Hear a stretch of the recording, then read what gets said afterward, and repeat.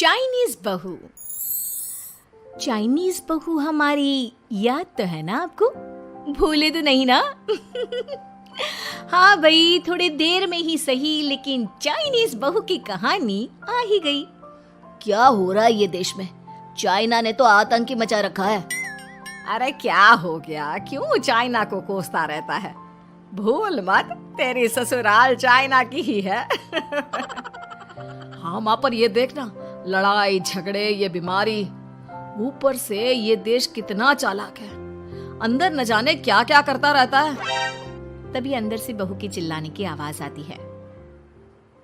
अरे क्या हो गया बहू, क्यों चिल्ला रही है? माँ जी, ये देखिए, ये रूस ने यूक्रेन की हालत क्या कर दी है। ऊपर से चाइना में दोबारा लॉकडाउन लग गया है। माँ जी, अब क्या किया जाए? अरे तो तुम लोगों को क्या परेशानी हो रही है, मैं तो यही नहीं समझ पा रही हूँ। वो क्या है ना माँ, हम लोग चाइना जाने की सोच रहे थे, सांगसू के भाई की शादी है।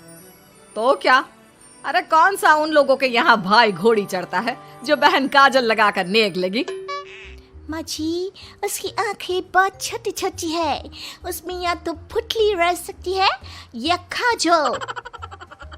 साले की पुतली निकाल कर काजल लगा दो, अंधा कहीं का।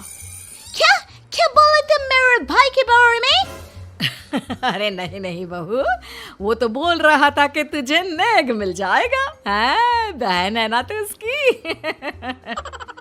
नहीं नहीं माँ जी, मैं सब समझती, ये मेरे भाई का मजाक बनाते रहते। कितना सीधा है मेरा भाई, बिल्कुल छिपकली जैसा। नहीं नहीं बहू, सीधा गाय जैसा होता है। सही पकड़े हैं माँ जी। हाँ, तो मेरे भाई की शादी है, मैं चाइना जरूर जाऊंगी। तभी एक पड़ोसन आ जाती है। अरे नहीं नहीं बहू, तू कहीं ना जा, हम लोगों का मन कैसे लगेगा तेरे बिना। ले बहू, तेरे भाई के लिए ये शॉल रख ले, हमारी तरफ से गिफ्ट कर देना। अरे सब कितने अच्छे हैं, मेरी चाइनीज बहू को कितने प्यार से तुम लोगों ने एक्सेप्ट कर लिया। सच में बड़ी भाग्यशाली हूँ मैं।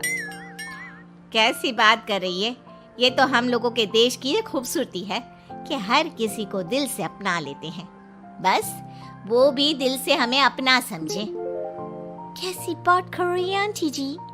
मेरे लिए आप सब सासू माँ जैसी ही हैं। मुझे भारत बहुत अच्छा लगता है, ये सबसे अच्छा देश है, मेरा भारत महान।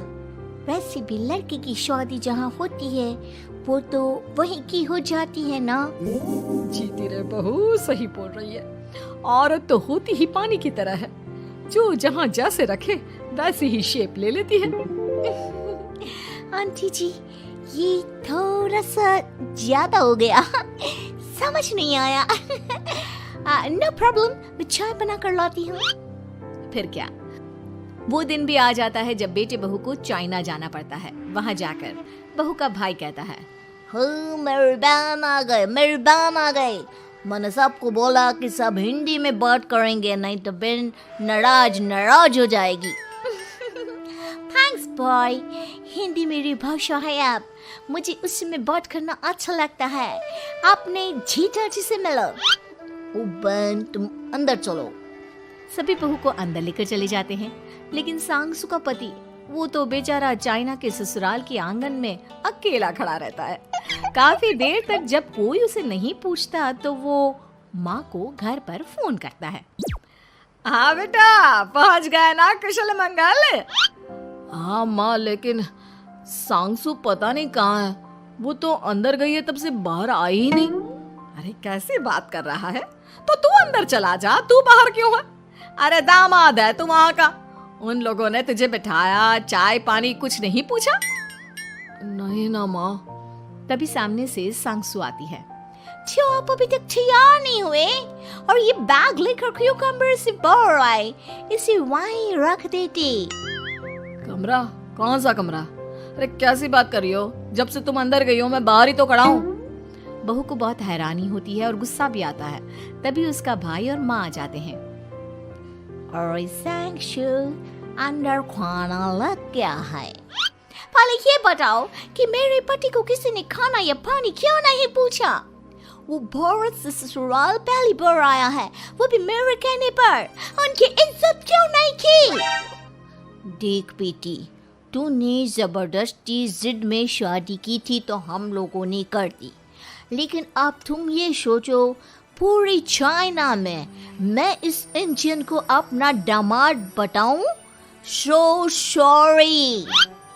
हाँ संगसू, और तुम भी चुप रहना, नहीं तो वो लोग मेरी शादी तोड़ देंगे। ओह, ऐसी बात है। कोई बात नहीं, मैं बाहर होटल में रह लेता हूँ, तुम वही करो जो ये लोग चाहते हैं। कैसी बात कर रहे हो? शादी के बाद पति जैसा भी हो, जो भी हो, पति होता है।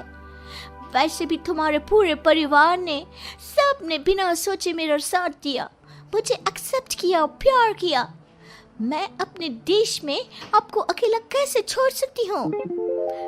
ये हिंदी फिल्म का ड्रामा बंद करो, मैं अभी अब बर्दाश्त नहीं करूँगी। चुपचाप अंदर चलो, नहीं तो ये शादी वादी यहीं खत्म करके इसे अकेले ही इंडिया जाना पड़ेगा। कैसी बात कर रही हो माँ? ये मेरे पति हैं।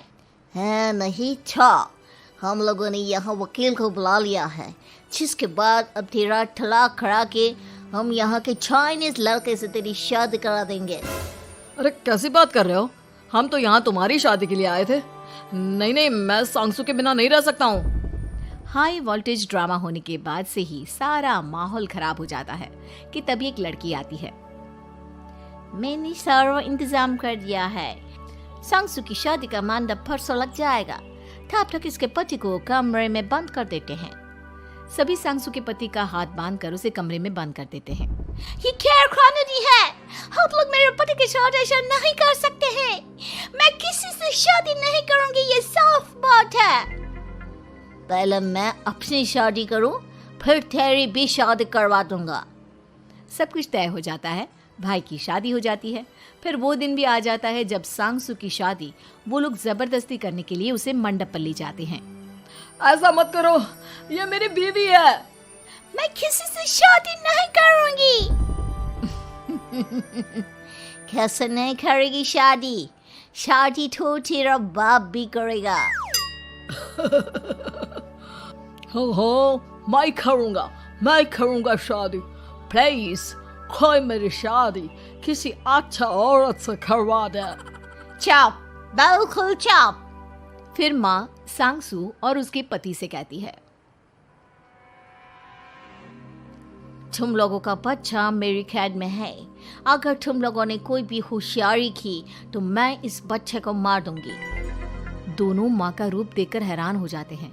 बच्चे की खातिर दोनों शांत हो जाते हैं और शादी की रस्में शुरू हो जाती है कि तभी सांगसू की सास पुलिस के साथ आ जाती है।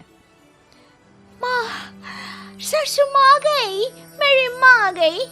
माँ प्लीज हम लोगों को बचाकर वापस ले चलो। पुलिस सभी को गिरफ्तार कर लेती है। बेटी के बच्चे को मारने की धमकी तो कोई चुड़ैल ही दे सकती है। अरे तो ये चुड़ैल ही तो है। ये सही बोल रहे हैं, ये औरत किसी चुड़ैल से कम नहीं है। तभी उन लोगों का बच्चा भी आकर सांगसू के गले लग जाता है। माँ, तू सही समय पर आ गई, लेकिन तुझे कैसे पता चला कि यहाँ ये सब हो रहा है? बेटा, ये चाइनीज लोग ना होते ही धोखेबाज हैं। इन लोगों पर मुझे भरोसा नहीं था, इसलिए मैंने तेरे फोन को हमेशा के लिए मेरे फोन से अटैच कर दिया था, जिससे तेरे आसपास होने वाली सारी बात मैं सुनती रहूं। उस दिन भी मेरी तेरी बात हो रही थी तो तेरा फोन ऑन था, मैं सब समझ गई थी। मुझे माफ कर दो। नहीं, बिल्कुल नहीं। चलिए माँ जी, इंडिया वापस चलते हैं। आज के बाद मैं यहाँ कभी नहीं आऊंगी।